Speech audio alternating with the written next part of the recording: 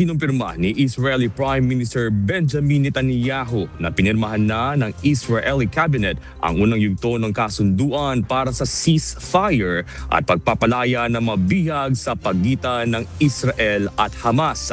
Batay sa kasunduan, palalayain na ng Hamas ang mabihag sa Lunes habang pakakawalan na rin ng Israel ang mga Palestinian prisoners sa Gaza at West Bank. Nakatakdang magsimula ang ceasefire 24 oras matapos ang pag-aproba ng kasunduan. Kasabay ng bahagyang pag-atras ng Israeli military mula sa mga pangunahing lungsod sa Gaza. Kasama sa kasunduan ang pagpapasok ng karagdagang humanitarian aid sa Gaza sa oras na ipatupad ang tigil putukan.